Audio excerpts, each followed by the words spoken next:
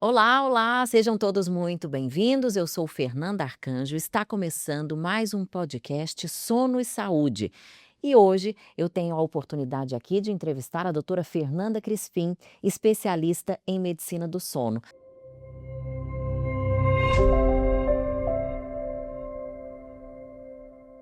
Doutora, que bom estar com você. É um prazer falar sobre qualidade do sono, um tema que é sempre motivo de tantas dúvidas, né?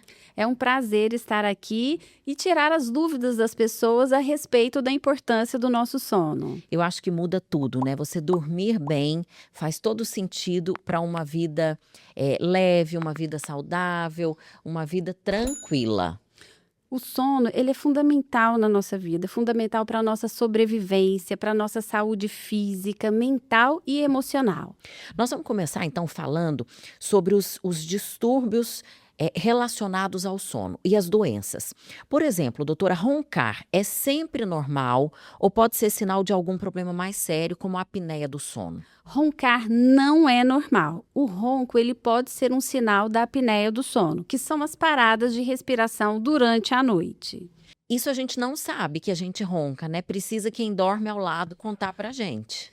Na maioria das vezes é o parceiro que reclama sobre o ronco da outra pessoa, mas muitas vezes o paciente ele acorda com o próprio ronco, acorda às vezes engasgado, boca seca, sufocado, e aí essa pessoa pode estar tendo a apneia do sono.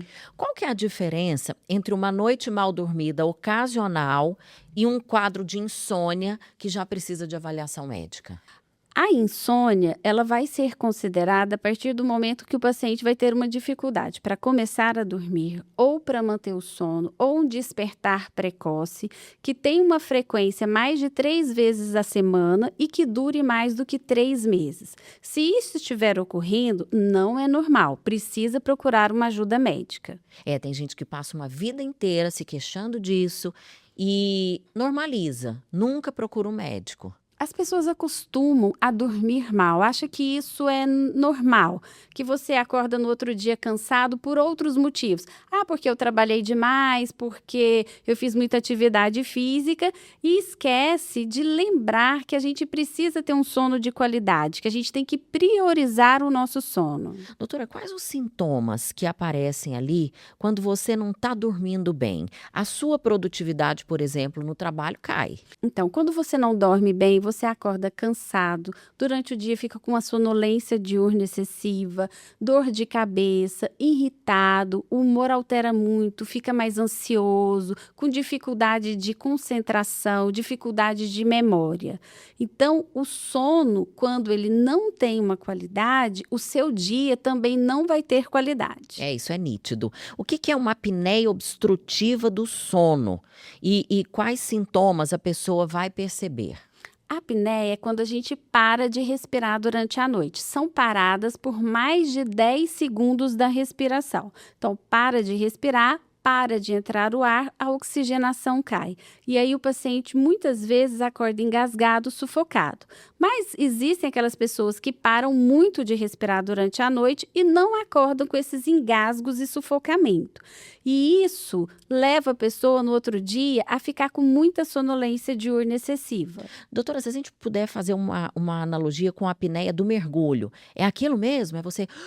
Então, a apneia do sono é considerada uma parada de respiração por mais de 10 segundos e isso leva a uma queda da oxigenação durante a noite.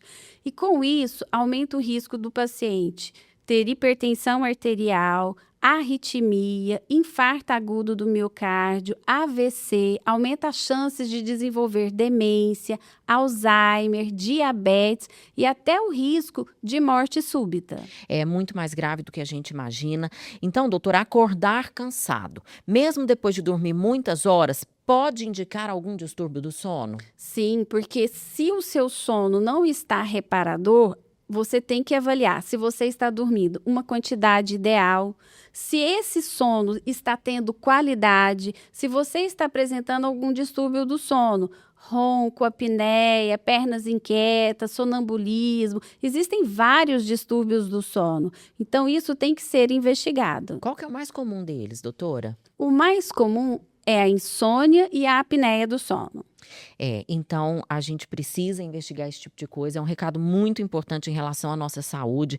Sonolência excessiva durante o dia é consequência de dormir pouco ou pode estar relacionada aí a doenças do sono? Então, sonolência diurna excessiva pode estar relacionada a você dormir uma quantidade de horas que não seja adequada, ou seja, dormir pouco. Esse sono não ter qualidade, você está roncando, parando de respirar ou mexendo muitas pernas durante a noite. Então, a sonolência diurna excessiva é sinal que o sono não está sendo reparador.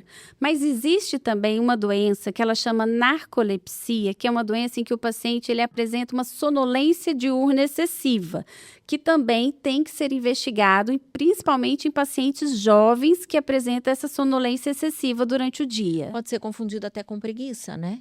Muitas vezes é confundido com preguiça, que a pessoa ela tem preguiça, só quer dormir, não tem ânimo para fazer as coisas. E muitas vezes é o problema do sono que está acarretando essa falta de ânimo durante o dia. E tem tratamento, doutora?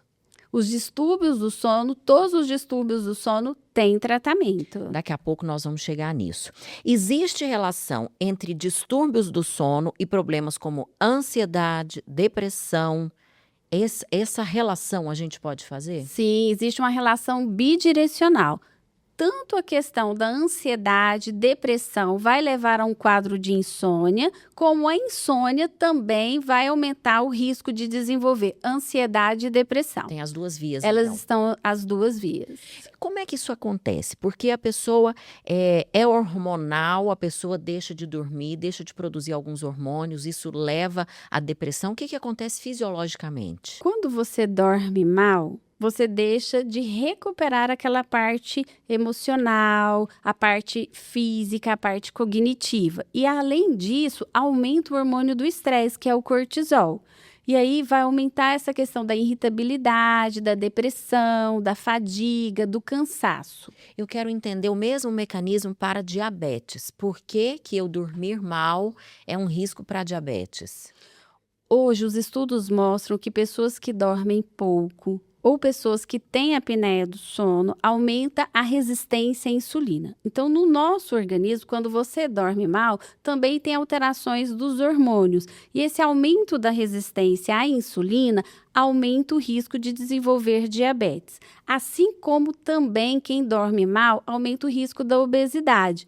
Por quê?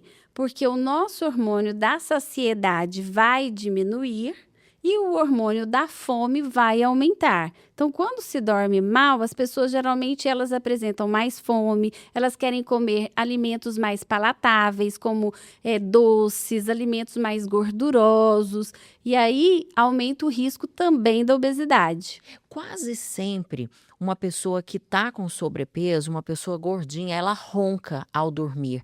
A gente que é leigo, acha que tem a ver com né, o excesso de peso, ali, a dificuldade para respirar. Então, uma coisa está ligada à outra. Dormir mal leva ao ganho de peso e o ganho de peso leva você a dormir mal. A obesidade é um dos principais fatores de risco para a apneia do sono. Porque quando você ganha peso, a pessoa não engorda só a barriga, não engorda só o braço. A via aérea do paciente, a língua, também vai aumentar a quantidade de gordura. E aí isso vai aumentar a obstrução.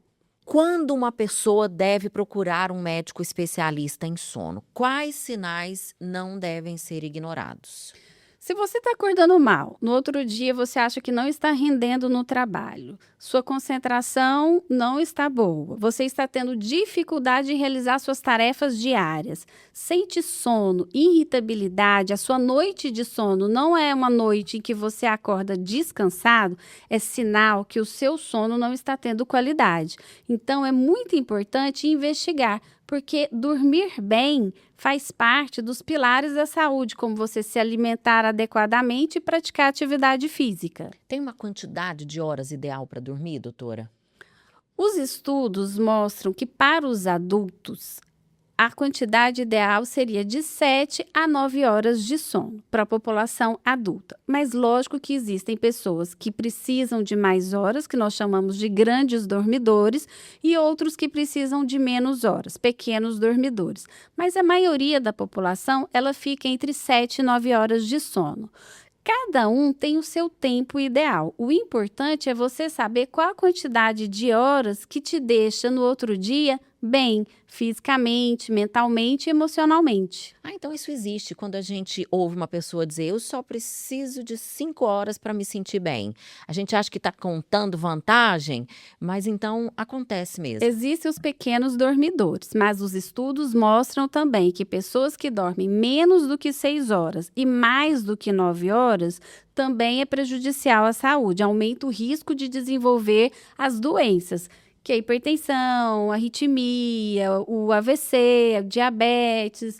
Doutora, para a gente concluir então, com base em todas as doenças que a gente apontou aqui relacionadas ao sono ou à falta de um sono de qualidade, quem dorme pouco pode morrer mais cedo? Dormir pouco aumenta o risco dos eventos cardiovasculares, que é o infarto, que é o derrame, então aumenta o risco da morte mais precoce. Além do que, dormir pouco aumenta a sonolência diurna excessiva, e a sonolência diurna excessiva aumenta o risco dos acidentes, acidentes de trânsito, acidentes de trabalho. Então nós temos que priorizar quantidade e qualidade de sono. Muito bem, esse foi o nosso bate-papo aqui sobre os problemas relacionados à qualidade do sono. No próximo episódio, você vai acompanhar como tratar a raiz do problema. Muito obrigada, doutora.